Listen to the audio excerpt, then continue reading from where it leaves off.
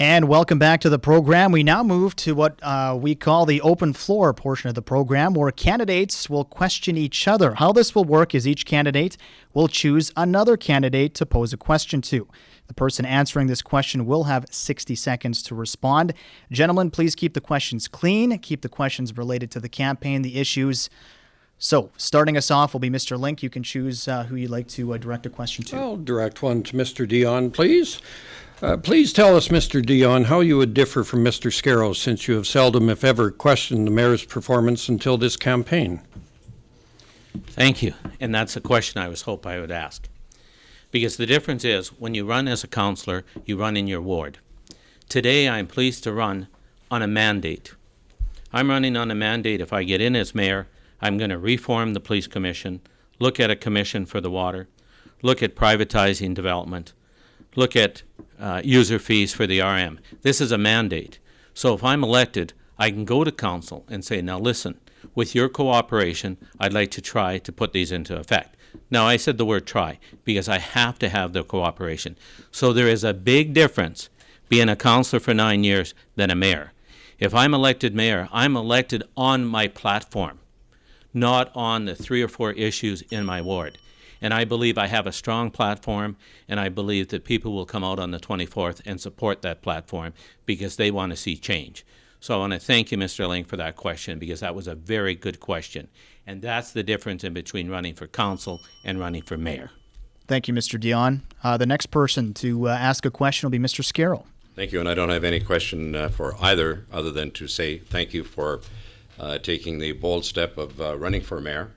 To you, Dean, a newcomer, I appreciate that you've given thought and done your homework and have challenged with us with questions and ideas. And I congratulate you for putting your money where your mouth is, because if you want to change stuff, you better run, because you can't do it from the sidelines. Not much left. Thank you. To you, Greg, I've appreciated your work on council.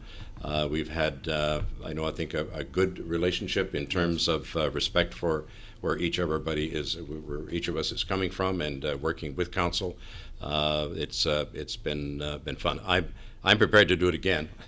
I enjoy the work, and I enjoy bringing people together to get things accomplished. But again, to each of you, I want to thank you for being, I think, good opponents and fighting above the belt and keeping it at a good, intelligent level. Thank you for that. Thank you, Mr. Scarrow. And Mr. Dion, you're next. And mine is just a minor. It's a follow-up question to Mr. Link on something he said earlier. He said he supports tolls. If they build a new bridge, that maybe it should be paid for by a toll.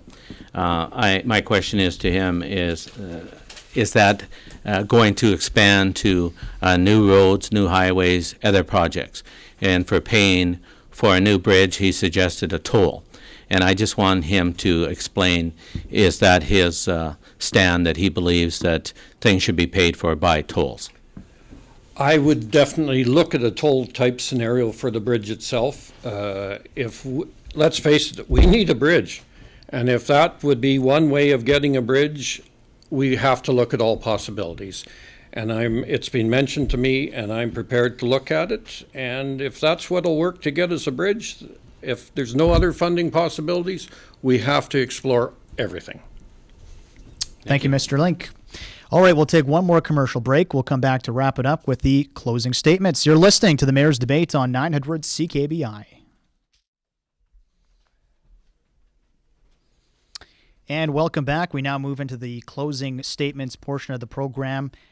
First up will be Mr. Scarrow. You've got 2 minutes. Thank you. My goal for the city of Prince Albert is to continue it to be a caring community, a community that respects all people, a community that looks after its children with the best education we can give them, an opportunity to play their favorite sport at an affordable price, to perform and watch performances of world-class theater, an art gallery that brings the world to Prince Albert, a community that has added hundreds of daycare spaces and is now working to train and recruit more daycare workers, a city that cares for the least, the lost, and the lonely among us, with homeless shelters, the Indian Métis Friendship Center, Women's Shelter, Food Bank, and more. And supporting this, underneath it all, is a foundation of faith, found in the many churches and congregations in our city.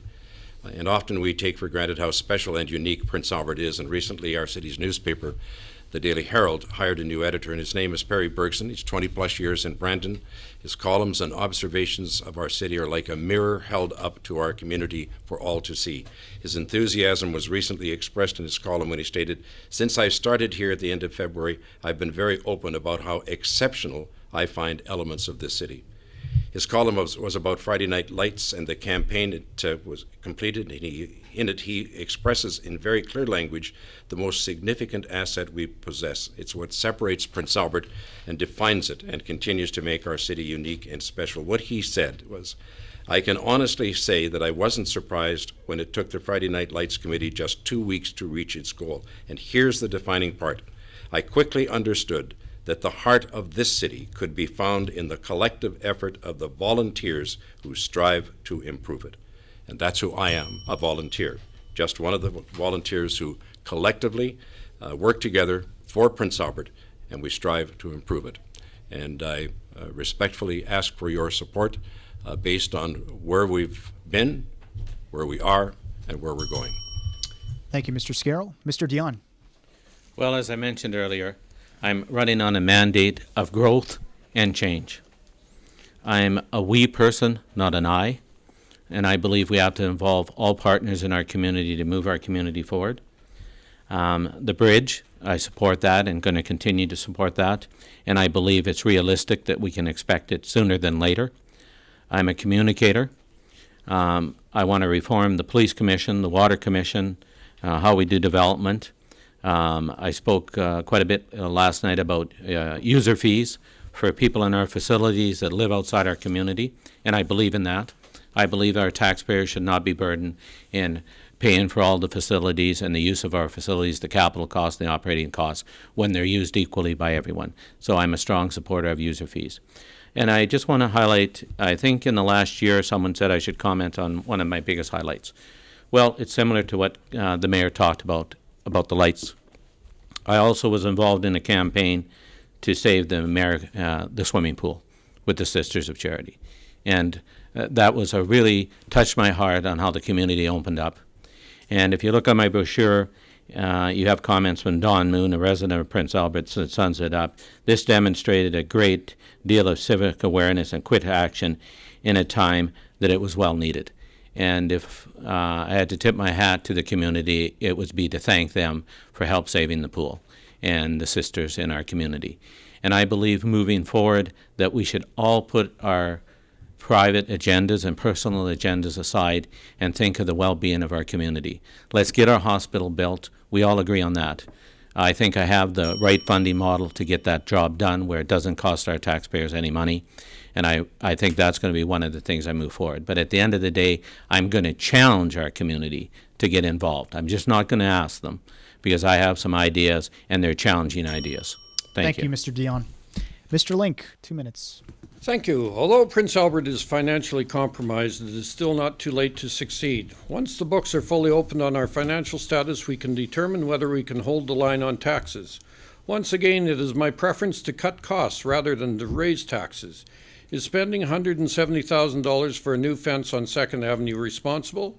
I rather think a new fire hall for the east side to protect our residents would rank a lot higher. Our people deserve much better than boil water orders and bridge structure failures. Under my administration, there will be a hiring freeze, excess buildings and equipments will be disposed of, all civic facilities will pay for all utilities. City yards will be consolidated, North Park Center will be developed to broaden our tax base. I plan to meet with Chief Cooper quickly to gain insight into his plan of direction for our safety issues. It goes without saying that this is a situation in which all of our citizens should be comfortable providing input. The mayor promises a new hospital, while Councillor Dion is guaranteed new bridge construction by spring of 2016, although neither tells us how these developments will occur. My promise is simple. I will strive to make Prince Albert a cleaner, safer, more progressive city in which our residents and business can enjoy affordable growth and a better quality of life from a fiscally responsible City Hall. I respectfully ask for your vote on October 24th. Thank you. Thank you, Mr. Link. On that note, this debate has come to an end. Our thanks to the participants for their time today. Thank you. A reminder, Election Day is next Wednesday. Don't forget to vote, and don't forget to join us on election night for live coverage right after the polls close. Thanks for listening.